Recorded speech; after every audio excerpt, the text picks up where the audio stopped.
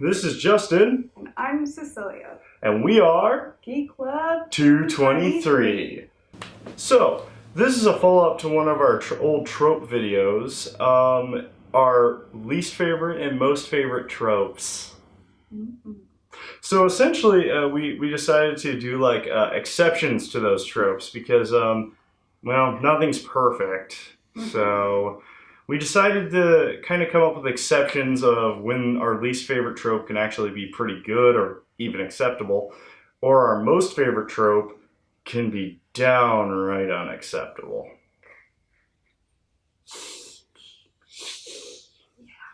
Yeah. So we're going to go through some of the least favorite and most favorite tropes. I think we were going to go through all of them or just some of them? All of them. All of them for you. All of them. Who wants to start? I'll go. Okay. So, one of my most favorite tropes was third path. Basically, if you are not aware or haven't watched our old video, which you should, the third path is something kind of like, basically, you're given a binary decision. Mm-hmm. You choose the third option. So it's like burgers or fries, hot dog. Right. That is the most basic example of it. Now, I love this because it gives a good example of, just like kind of cool things happening, creative thinking. But here, I don't know a specific example, but here's when the third path becomes bad. When it basically doesn't affect the story, mm-hmm. or it affects the story so badly and just destroys the plot to the point where it doesn't make sense. Mm-hmm. Yeah. So that's really what I have to say about that. What about you? My favorite trope of all time is quirky cast of characters become a family, and I pretty much couldn't come up with a good answer for this other than the fact that even though I'm trash for this show, Shadowhunters has this very quality of like, we're a family, and even if all the bad things happen, we'll always have each other. And there's like certain scenes of like specific timeouts for like characters to tell other characters like, I've always wanted a sister, hint hint, nudge nudge. And it's like, this is super emotional. I can't even handle the feels right now. Can't even handle the feels. Yeah, they could do better. So I'm gonna be alternating between most and least. So for a least favorite quote, the loner. Uh-huh. I couldn't come up with a really super mega awesome reasoning for this. However, I came up with an example. So in Beyblade, Metal Fusion to Metal Fury, there's Ryuga Origami. I probably am pronouncing his name wrong. He's basically El Drago's owner. He's a loner character. He doesn't like introducing himself or even interacting with anybody. He just wants to be the strongest. I actually like his character, though, because he's charismatic, and his reason for being alone is actually kind of reasonable. His kind of character is arrogant. He thinks he's the most powerful thing in the room. He's not annoying, I guess, is what it is. And the only time when he stops being a loner is when, like, this one main character, who's my favorite, Kenta, starts following him, basically. And he basically is like, gosh darn it, why do I have some kid walking around with me? And he starts to develop as a character. So, yeah, I gotta say it's when the loner has a very good reason for his character to be a loner, not just edgelord drama. Now with you. So I'm gonna start this next one with an apology. I'm not like pooping on your fandoms. I'm just like, I have my opinions, and so those are like, I'm gonna restart that. So like, I'm not trying to like throw shade at your fandoms. It's just that like, I have certain opinions, and so if you love Shadowhunters or any of the things that I'm about to say, it's not personal. It's just drag. Um, so my next trope is the lone woman who really rises to a platform in her society and inspires a whole group of people to rise to that platform. And an exception that I have to that rule is the Hunger Games. I really appreciate certain messages within the Hunger Games, but something that I didn't like is I felt like Katniss Everdeen was really manipulated into this platform that she held. Yeah. And I really, I feel like that's when that trope really goes askew, is when the woman in question is really manipulated in that position.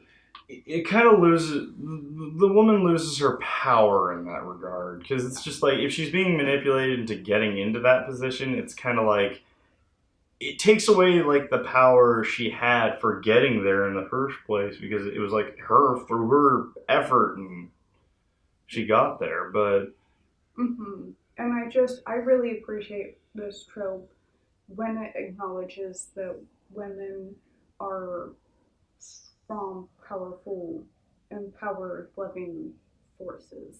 if they're manipulated, it takes it away. Yeah. I've I've seen examples of this actually in other shows I've watched. I can't name them specifically, but I know shows where that's happened, where they empower them, but it's really just it's all manipulation and means to the end, kind of, Mm-hmm. which takes away a lot of the character strength, which not just with women but men as well. Just I don't like when that happens, but it's worse when it's with women who, well, normally would be very strong individuals. I think it's even more detrimental when female characters experience this because it sends this message to of societal issues that we have. Right. I guess it is my turn now. Now, this one is interesting. The wisecracking mentor. This one is interesting. Oh, very funny. But the wisecracking mentor, I love, but I found out the very specific reason, the exception to the rule. It's when he's annoying, basically. That's when it comes down to. He's annoying, he's not helpful. And if you add that he's a pervert on top of that, it kind of doesn't help with anything. I can find an exception to that rule though, because back to the Hunger Games, I feel like when Hamish Abernathy is introduced, Hamish really comes off as all of those things, and then while the series progresses, you realize that he's not annoying, he is helpful, and he's not a pervert. So, like, I feel like there's more to that than meets the eye oftentimes. Sometimes it can really, it depends again, because in that case it's sort of you learn more about them, but in my case it's just like that's always what they were. Okay, I get that. That makes a lot of sense. Like, I'm not even gonna say Master Roshi from Dragon Ball fits this description. Actually, I'd say he doesn't at all, except that he's a pervert. I mean, that's kind of true. So, my next one, was the nice guy versus the bad boy who's fighting over the girl with the really like wonderful personality. And I have to say the real two reasons why I dislike this trope is A, it's really harmful, and B, it puts characters in boxes. And back to the world of Cassandra Clare, as I mentioned, in Quirky Cast of Characters Become a Family, and the Infernal Devices, we kind of see Will Herondale, the bad boy, versus Jim Carstairs, the nice guy, trying to like woo Tessa Gray. And like why I really love this case scenario is in the last book, they kind of flip the script, and it turns out that, like, well, Arendelle was really reclaiming himself and turns out to be the nice guy, and Jen Carstairs is going through really desperate situations and does something that's really mean. And I really left that series feeling like, how could you do that to your fiance, and how could you do that to your parapetite? Mm. You know, I thought that that was just like really mean spirited, even though it was also understandable. So I think that Infernal Devices did that trope extremely well. Even though I have lots of issues with that series, Magnus Bane will never be one of them, however. Oh, trust me, he won't. I don't think he's capable. I love Magnus. I love Magnus. Okay, it's your turn. I'm done. It's your turn. My turn. Okay, so the all-knowing skeptical authority figure. Here's the reason I don't like it. Okay, it's basically just because it's annoying, and basically it's just an excuse for the characters to not have any help in the scenario and have to be, the. When I don't have an issue with this trope is when, in the end, it's very reasonable that they're skeptical. Like, I don't mean like, oh, okay, oh, you're saying there's flying spaceships? Of course not. No, I mean like, someone says that this guy came back to life, okay? And then it's just like, well, how could he ever come back to life? There's no magic in our universe. We've had no reason to believe there's any magic in our universe. Literally, this guy wasn't magical at all. Okay. How are we, like, I'm okay with, because it's just like, these people are crazy. Okay, I get that differentiation now, because like I was thinking, like, if you told that to say like Rupert Giles, he wouldn't be like dubious about it. He'd be like, uh-oh, so and so came back, Right. It's more like, in this case, they would more likely be skeptical if literally the laws of reality, if they've given no reason, because most of the time the skeptical authority figure, they're given reasons to believe, and they still don't. Mm-hmm. Yeah. So I gotta say, what makes it more likable is A, they're not arrogant and prideful about it, and B would probably be that they're given no reason to believe. Mm-hmm. If they're given no reason to believe and they're not arrogant about it, I'm cool with them. Mm-hmm. So my last trope is Awesome King John, spelled Jon. So I just want to like bring it back to the last video. So like in the last video about the favorite and least favorite tropes, I mentioned this like series that I didn't name where there was a King John that I took issue with. And so basically that was the Song of the Lioness Quartet by Tamara Pierce.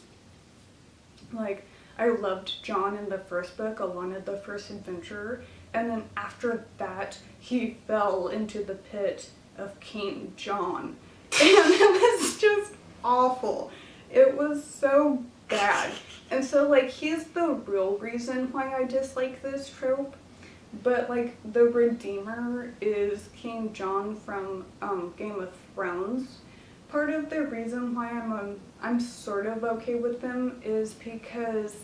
What king's name John? Spelled Jon. Specifically, Jon. Yeah, that definitely is included in this trope. Anyway, so part of it is his upbringing. He was raised to be ashamed and was judged by the fact that he was an illegitimate child of Eddard Stark. He became a man in the Night's Watch, and he doesn't know that he's king. While all of that is happening, he has developed all these beliefs and has made all these actions with conviction that are based on all of these morals and ideas about monarchy, power, responsibility, and forgiveness. And so, he really has this unique idea of what the Kingdom of Westeros should be like. I really wouldn't mind if he was king.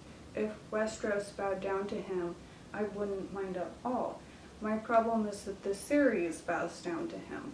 Everything that has happened over the past 7 seasons has been catered to Jon, has been compromised because of Jon. And all of the plot twists in the last 2 seasons, I'm not kidding, have been about Jon's lineage. And it's need something new. I need someone who's not gonna fall all over Something new, something fresh, something not Jon. Well, or something with Jon that's relevant, because who's gonna be monarch at this point is redundant, because the zombies are coming. A zombie dragon is coming. Why are we messing around with the Iron Throne? I'm gonna laugh so hard if the Iron Throne's just destroyed at one point. It will be. I'm very happy. I think it should be. I hope so, because I think that would be a great conclusion to the series. Either that or it ends with the Iron Throne being smelted by the dragons that were forced and enslaved to make it. Either that or the Night King was the leader. Yeah, the Night King, but I think that they're gonna find some way to smite him. I kind of want him to sit in the Iron Throne and just win. And then destroy it. Yeah. I don't know what I want. I actually don't want it to end. I never want it to end. But it will. No, it won't. I'm in denial. Anyway, why don't you bring us on home? So, there's actually 2 tropes left. I'm sorry, just 2 more. How about speed rounds? Okay, speed round. So, first, I'm gonna actually go... So, attack names. I really like attack names, but there's one thing that really... When they keep using the same name every time, Saint Seiya does this. Pegasus Meteor Punch! Pegasus Meteor Punch! Oh my god. He didn't... Oh my god. Well, I better use Pegasus Meteor Punch! And then it works. Because he did it yelling louder. So, but what about this though? What if you have a weapon or an ability that it's only one, and so you have to? But use it in different ways. Okay, you mean in different ways or in different circumstances? Both. Okay, I'm confused. But oh well. Just if you're gonna use this punching attack, I don't know, use it in a different way, bounce it off of walls or something, or... So circumstances. By the way, I actually like Saint Seiya. It's just, I will admit, the main character Seiya is actually the most boring out of all of them to me. That often happens with me. Also, I'm actually kind of sick of Pegasus being the main character of Zodiac theme animes. Also another trope that we mentioned. But now let's move on to the last one! My final one. So, they're you, but better. Here's what would probably make the trope an exception. They're their own character. Sure, they have a lot of similarities to the main character. Let's say when they're introduced, they pretty much are a carbon copy. But their attitude changes, you learn more about them. Their own style develops. Over time, they become their own person that just is similar to the main character, but not the same. Yeah. There's actually a lot of examples. Pokemon, Richie and Ash. In Power Rangers, there's the Psycho Rangers from Power Rangers in Space, though that's evil counterpart, but I'm counting it. I've been waiting for him to mention Power Rangers this whole video. It was, you know what? It was inevitable. It was inevitable. I have the Morpher, by the way, for 3 series. So, that is our look back at trying to see some exceptions with these videos. And, though, to be fair, they're the exception rather than the rule. Yeah, pretty much.